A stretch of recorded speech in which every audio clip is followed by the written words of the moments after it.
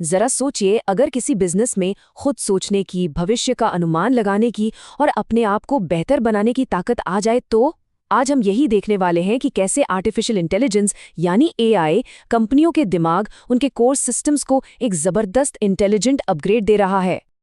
लेकिन इससे पहले एक सवाल खुद से पूछना बनता है, क्या कोई भी बिजनेस आज के फैसले लेने के लिए कल के डेटा पर निर्भर रह सकता है? एक ऐसी दुनिया में जो हर पल बदल रही है, क्या सिर्फ पीछे देखकर आगे बढ़ना मुमकिन है?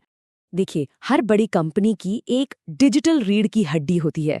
पर क्या हो अगर यही रीढ़ तनाव में हो, टूटने की कगार पर हो?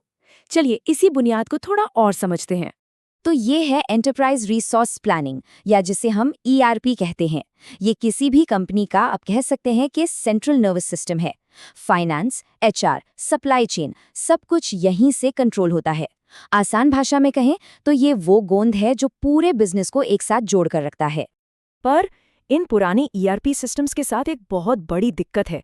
ये बिल्कुल वैसा है जैसे कोई सिर्फ अपनी गाड़ी का रियर व्यू मिरर देखकर ड्राइव कर रहा हो। वो ये तो बता सकते हैं कि आप कहाँ से गुजरे हैं, पर ये नहीं बता सकते कि आगे सड़क पर क्या मोड़ आने वाला है। और यहीं पर आज की सबसे बड़ी चुनौती सामने आती है, सिर्फ रिएक्ट करने के बजाय प्रोएक्टिव होना। आज के बिजनेस को एक क्रिस्टल बॉल चाहिए जो भविष्य दिखा सके, न कि सिर्फ एक इतिहास की किताब जो बस बीती बातें बताए। सुनने में ये सब थियोरी लग सकता है, लेकिन इसका असर असली दुनिया में दिखता है। उदाहरण के लिए, जब ब्रेक्सिट के बाद टैक्स के नियम बदले तो वोडाफोन को अपने सिस्टम्स को अपडेट करने में पता है कितना वक्त लगा? 12,000 घंटे। ये कीमत चुकानी पड़ती है एक ऐसे सिस्टम की जो बदलाव के लिए बना ही नहीं है। तो इस जैम हो चुके सिस्टम का हल क्या है? जवाब एक स्मार्ट अपग्रेड है, और वो अपग्रेड है आर्टिफिशियल इंटेलिजेंस। अब एआई कोई जादू की छड़ी नहीं है, ये पावरफुल टेक्नोलॉजी का एक सेट है।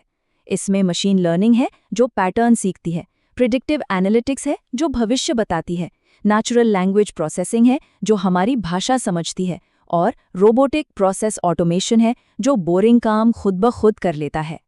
तो इसका असल मतलब क्या हुआ? इसका मतलब ये है कि एआई आपके पुराने चुपचाप रिकॉर्ड रखने वाले सिस्टम को एक ऐसे पार्टनर में बदल देता है जो सोचता है, सीखता है।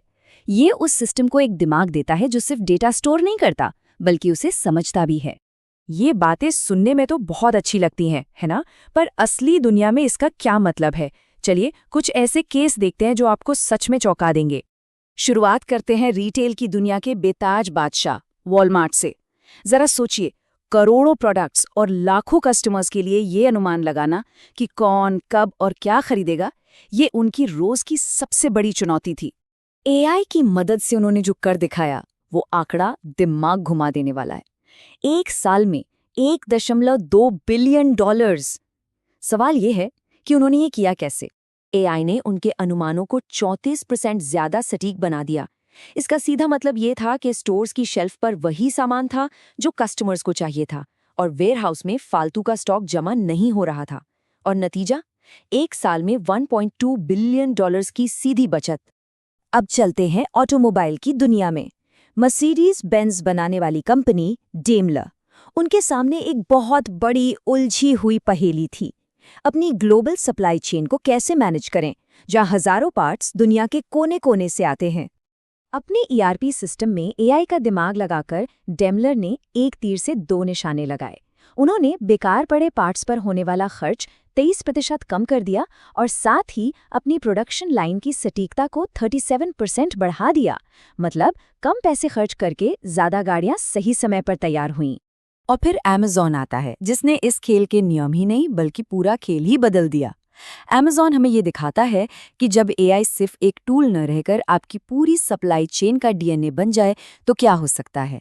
उनके सिस्टम को पहले से ही पता होता है कि कोई क्या ऑर्डर करने वाला है। उनके बड़े बड़े वेयरहाउस में रोबोट सामान पैक करते हैं, और तो और प्रोडक्ट की कीमत भी रियल टाइम में एआई ही तय करता है। ये शुरू से लेके आखिर तक एक इंटेलिजेंट सिस्टम है। तो सवाल उठता है, अगर ये इतना कमाल का है तो हर कोई इसे अपना क्यों नहीं रहा? वजह यह है कि ये रास्ता आसान नहीं है, इसमें कई बड़ी रुकावटें हैं। अक्सर कंपनियां इन 4 बड़ी दीवारों से टकराती हैं। पहली, भारी भरकम लागत। दूसरी, डेटा की क्वालिटी का खराब होना। तीसरी, बदलाव से डरने वाले लोग, और चौथी, सही टैलेंट या स्किल्स की कमी। ये सिर्फ छोटी-मोटी दिक्कतें नहीं हैं, ये असली पहाड़ हैं। इसका एक जीता जागता उदाहरण है फार्मा कंपनी नोवार्टिस। सिर्फ खराब डेटा की वजह से उनका पूरा प्रोजेक्ट 9 महीने पीछे चला गया और बजट 40% बढ़ गया। ये एक बहुत बहुत महंगा सबक था। तो फिर इन पहाड़ों को पार करने का रास्ता क्या है? जवाब है एक सही रोड मैप। कामयाबी के लिए एक साफ सुथरी स्टेप बाय स्टेप प्लानिंग की जरूरत होती है। तो एक्सपर्ट्स एक 4 स्टेप का फ्रेमवर्क सुझाते हैं। पहला, असेसमेंट, यानी ये समझना कि जरूरत क्या है। दूसरा, प्लानिंग, यानी रास्ता तय करना। तीसरा, इम्प्लीमेंटेशन, यानी छोटे छोटे कदमों में उसे लागू करना। और चौथा, इवैल्यूएशन, यानी लगातार सुधार करते रहना। तो सबसे ज़रूरी बात जो हमें समझनी है वो ये है कि ये सिर्फ कोई नया सॉफ्टवेयर इंस्टॉल करने की बात नहीं है। ये सोचने का तरीका बदलने की बात है। ये इंतज़ार करने के बजाय अनुमान लगाने के बारे में है, और डेटा को सिर्फ नंबरों के ढेर से अपनी सबसे बड़ी ताकत बनाने के बारे में है। तो आखिर में बस एक सवाल, एक ऐसी दुनिया में जहां आपके कॉम्पिटिटर्स भविष्य का अंदाजा लगा सकते हैं, क्या आप अतीत में अटके रहने का जोखिम उठा सकते हैं? सवाल ये नहीं है कि अपग्रेड करने का खर्च क्या है, सवाल ये है कि अपग्रेड न करने की असली कीमत क्या चुकानी पड़ेगी।